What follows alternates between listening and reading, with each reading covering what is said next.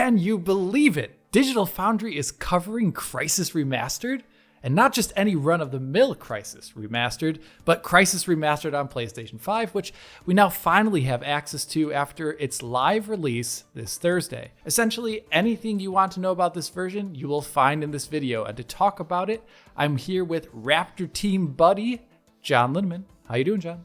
Going pretty good, Alex. Yeah, surprise. It's more Crysis. Wow. Just as we said at the end of that other video. But this is a little different because this time I'm busy working on a different project and we punted the ball over to you and you are the Crysis expert. This time I think even we can expect a few PC comparisons in here as well. A little, because you yeah, are the couple. PC man. Yeah, a couple. All right. So I guess basically the concept here is the same, isn't it? I mean, PlayStation 5 upgrade is exactly the same like as the Xbox in the sense that you have the three modes, you have performance, you have quality, and you have the ray tracing mode, which is their software ray tracing solution. It's still backwards compatible game. What are the targets then? Like what do each of the modes offer? Okay, let's start with essentially the quality mode and then go down to ray tracing mode. Yeah, on quality mode, which is where I spent most of my time playing this, the game essentially, according to Crytek and what we can see ourselves by just staring at the sky, is maxing out at 1800p.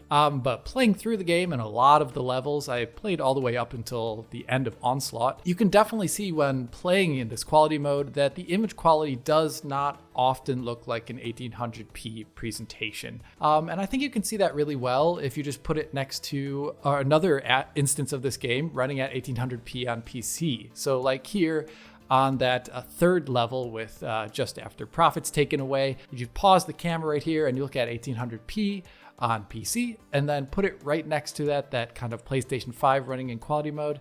You can definitely see there's a really big difference in clarity here. So yeah, for sure. Yeah, and basically it's not actually going to be running at that 1800p rather often.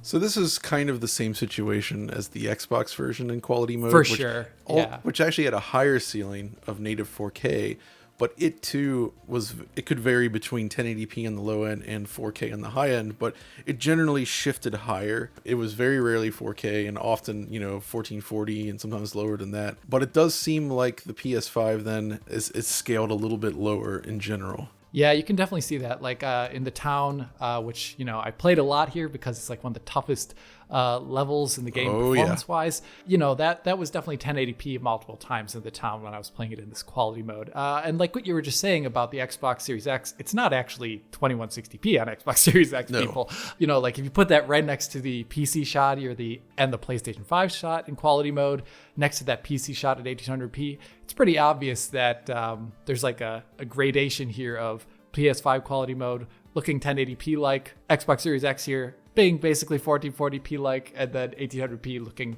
a little bit crisper. Alex, the big thing I noticed though playing it, and this is actually confusing to me, is I got up close to my OLED playing the game in quality mode, and what's up with the scaling? Essentially, it looks like there's uneven resolution scaling, and I don't understand what's going on there. It's very strange. I'm not exactly sure too, because I initially thought I actually had my PlayStation 5 in 1080p output or something like that, so I double checked my options to make sure something wasn't wrong. But it's just kind of like I don't know what it is, the dynamic res scaling and whatever they're doing essentially with TAA, but it doesn't look very clean in this quality mode, and it definitely doesn't look like 1800p. Performance mode below this is maxing out at 1080p resolution, and it looks extremely 1080p. There's not too much interesting to say here in terms of differences, but it's basically maxed out 1080p. This is the same as it was on Xbox. Yeah, it's essentially the same thing. But I guess the key here about the 1080p mode, I think we should note, is that because it doesn't have that weird scaling issue, so it is softer, but I actually think it looks arguably better. You can see them side by side here on screen. If you're having trouble telling which one's which, you're not the only person. I definitely think performance mode looks so not completely different and not worse necessarily. So that's the thing to say. It's a little weird. Ray tracing mode, very much like performance mode, is also maxing out at 1080p. I think this is the difference with what we saw on Xbox Series X. And here it's using that same old, Crytek ray tracing that we talked about in many videos before, like half-res interlaced. I think it's just fascinating academically that they're doing software ray tracing that was designed to run on the last-gen machine. So it's a cool feature. Yeah. I guess the point here is when we get to performance is that it's probably wise they target 1080p because, as we discussed in the last video, they went for 1440p on the Xbox version, which ended up being a little bit too high, and that mode runs dramatically worse than the other modes. So yeah, so basically here we're looking at like only okay image quality here, and the real focus is actually on performance because all these modes target 60 FPS. I guess the first thing is I sampled this initially right after the patch went up and talked about it briefly on the DF Direct, which I think probably isn't even up yet as we record this. And my first impressions were actually very positive because like the initial introduction to Stage 2, completely stable in quality mode. The performance mode seemed really stable. Things like HDR were working. So, I sampled it and I was like, okay, this is looking really good then. And then we punted it over to you and you start playing more and more. And it's like, wait a minute. So I loaded it up as well after that. And I'm like, oh, okay. So do you want to start with the quality mode then and sort of fill in the details on what's going on here? Yeah, basically I played through the first 5 levels in quality mode. And the reason why I did that is because Crysis is a game with variability in content and views, and how many AI are activated at one time can have an effect on performance. We see this from the PC side. And so if you play like the first start of the first level, when you initially drop on the island, you'll see that most of this is actually running at a really great 60 FPS. And that's definitely your first impression with the game. It's only like when you start getting to any of the larger fights in that first island mission, like that, I think it's like the third little village in there, right around the docks. That's when I noticed that something was kind of not right, or it was like I was seeing scaling that was a little different. And it was essentially that throughout an entire fight, the FPS was always below 60. And usually when you see something like that in a game that has dynamic res scaling, that's when you think you're not actually seeing a kind of limit on the GPU side, but something else in the background that doesn't have to do with the GPU. Because if it was a GPU problem, dynamic res would probably scale low enough to take care of it. But so it was like constant like that. You played through a couple of the other fights on that first level, and I saw similar things happening. Get over now to our kind of favorite village level, the second level of Crysis. Genius design, we always talk about this level, but it's also one of the levels in the game that has one of the largest sandbox arenas where you could activate tons of AI at any one instance. Oh yes. You can have like views that have a lot of intervening terrain and a lot of objects. This is when I noticed that something, basically I feel like the CPU performance is maybe dragging down this quality mode. In the initial area, like after I got on this fight with this Jeep here, it was like in the upper 50s in the FPS, and I was like, oh, that's not really great. Then I kind of go into the town itself following John's designated benchmark Crysis Remastered path. And right when you get into the town, as I'm driving this truck in, you can immediately see as I look at the town, the FPS starts going below 60 the entire way as I'm there. And then when the gas tank explodes in the station here, it's just kind of constantly below 60 and maybe even 50 FPS at times. And then if I, go past the cutscene here and the tanks start rolling into the town and even more infantry, this is where most of the combat you'll be seeing here is like in the 50s or upper 40s FPS wise. So this is interesting then, Alex, because I saw this and I'm thinking back to when you talked to Xbox, and it kind of set a light off in my head about this. It's like, wait a minute. Mm-hmm. You talked about something in your PC video that kind of stuck with me. It's that with the way this game works, as you scale up the maximum target resolution, it actually increases the CPU load significantly. And this game, I guess due to the way it's designed, it's still not that efficient on the CPU. And even myself, I was pretty CPU limited with a slightly older but 16-core Intel CPU, and it's that it doesn't play that nicely. So I feel like when you say CPU bottleneck, it is CPU bottleneck, but it's a very specific kind of scenario here. Yeah, so this is interesting too because that means when you scale resolution in this game, as in the maximum output resolution, not dynamic res, because it has to do with the maximum output resolution, as we found out on PC, where DLSS on PC, which has a different internal resolution, actually has the same CPU bottlenecks as a native resolution. So if you use any of the other modes here that are not quality mode, which have a maximum resolution of 1080p, they actually have different, what I presume is CPU performance. So I went through the second level in the game on the performance mode, which is max, once again, 1080p in comparison to max 1800p of quality mode.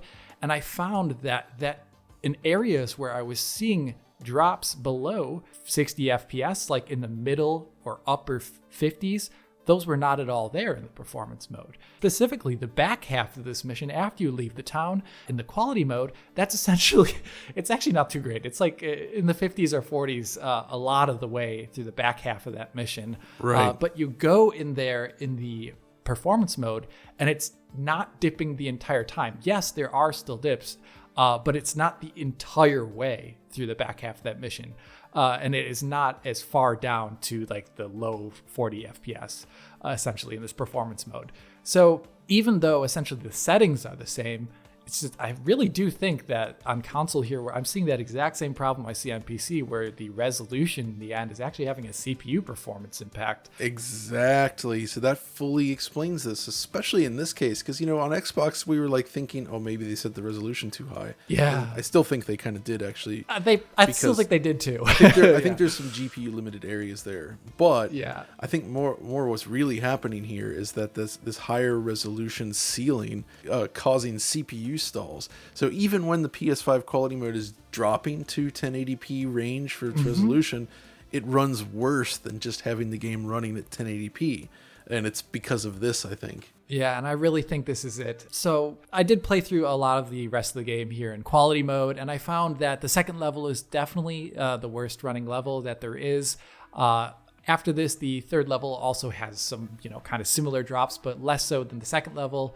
And then as you go further on into Crysis, the levels essentially become less, ambitious in terms of the amount of AI necessarily on them and all these things like that.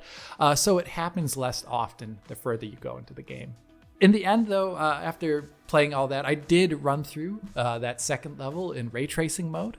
And I did find out rather easily that it performs very, very, very similar to the performance mode. It had the exact same low 50s, maybe upper 40s FPS drop when I started engaging the tanks. The back half of the level runs better, but is still not perfect. But I did manage to catch a drop into the 40s that I did not get at all in the performance mode.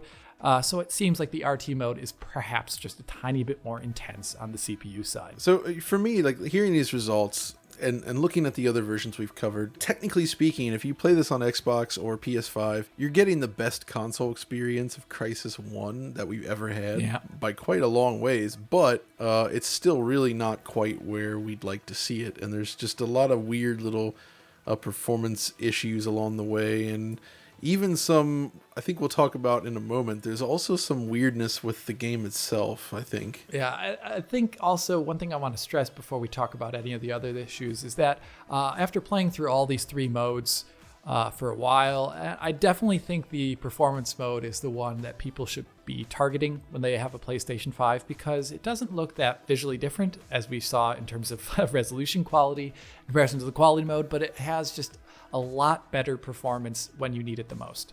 And it's not dipping as often. Yeah, I can confirm. I played through most of Mission 2, 3, and some of 4 in that performance mode, and it was very, very stable overall. It is definitely a lot better. But that wasn't kind of like the only thing that I came off of while playing this version. I've played a lot on PC, obviously, Crysis Remastered or just Crysis 1, but I did notice some strange things happening while I was playing the PlayStation 5 version. The first of which was a crash, just like a straight hard to dashboard crash while playing the ray tracing mode. So if that happens on your end, well, I was able to reproduce something like that while playing.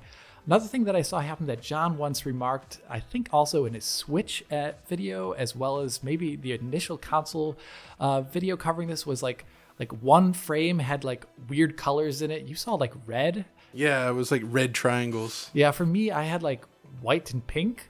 triangles? I don't know. It was like a number of them. I had this happen a couple times.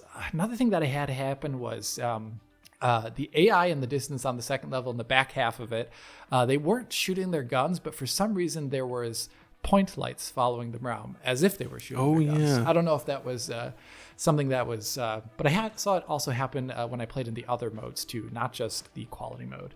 Another thing that happens, I don't like that I'm just talking about things that happen, but this one I actually think affects the gameplay a bit, is that when you get into any vehicle, the game automatically toggles strength mode. And I think... Were you playing with classic nanosuit? I was playing with classic nanosuit, so this may be a classic nanosuit bug. I suspect it's related to that, actually, because I think that you have that default mode normally when you're not in classic, and it's probably something with that. Yeah, that would make sense. But, when you get into a vehicle and it's in strength mode, the one problem with that is if you do get shot in the vehicle, it's really easy to die. Or maybe you get out of the vehicle and you want to start engaging the enemy and you forget that you're in strength mode all of a sudden. Well, you'll probably die. And the last kind of issue that I ran into is one I can't exactly point my finger at completely, but I've played thousands of hours of Crysis in my life, and for some reason I cannot shake the feeling that on normal here, that the enemy AI levels of reaction, sighting, like when they can detect you from coming out of stealth, like what angles they can detect you at, as well as their accuracy when firing weapons, seems really high for what is basically normal. It reminded me a lot of actually playing in Delta, which is definitely a very hard kind of way to play the game. And it's just something about it. Like I would go out of stealth, out of the kind of backside of range of a person, and they would all of a sudden see me. Or like here, you can see a sniper kind of just like pinging me each and every single time with every single shot, even though I'm moving, which is, I don't recall that necessarily. That's like a throwback to Far Cry 1. Yeah, that's what it felt like. It was not exactly super enjoyable, even on normal, I would say. So I wonder if there's something going on with the visibility checks or like the countdown timers to how accurate they are or something like that. But that's just kind of the way it felt. And then one last thing I want to throw out there, and this applies to every single version of Crysis Remastered, is they never really fixed the motion blur. And we love motion blur. In Crysis 1 especially, it didn't have... It used it in a limited capacity, but it looked amazing. But even in the PS3 and 360 versions, it had excellent motion blur. But here, it's very artifacty, grainy, and it looks bizarre. Yeah, it's got this like crosshatched thing. Like if you I'll be showing it here next to the original games, and you can see that it looks just not right. So honestly, if you're playing this game and you think it looks a little fuzzy on PlayStation 5, it may not just be the resolution, but you may actually want to decide to turn off motion blur, which may help. I think that's really about all there is to say about this PlayStation 5 version. I think it is a great update over what we saw in PlayStation 4.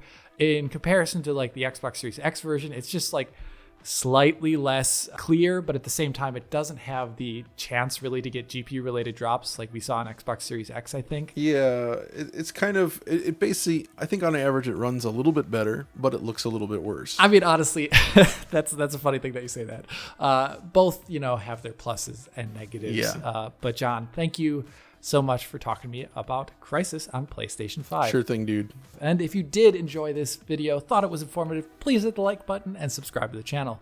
If you're already a subscriber, then hit that little bell in the corner to be informed as soon as Digital Foundry posts a video. If you want to help us out, support Digital Foundry on Patreon to get years worth of our content in high quality for download. If you want to talk to John or me about Crysis Remastered on any system, except for Switch since I don't own one, well, write a comment below or follow John and me on Twitter. And John, I guess this is where I say, Mother Santísima! Prophet, help me!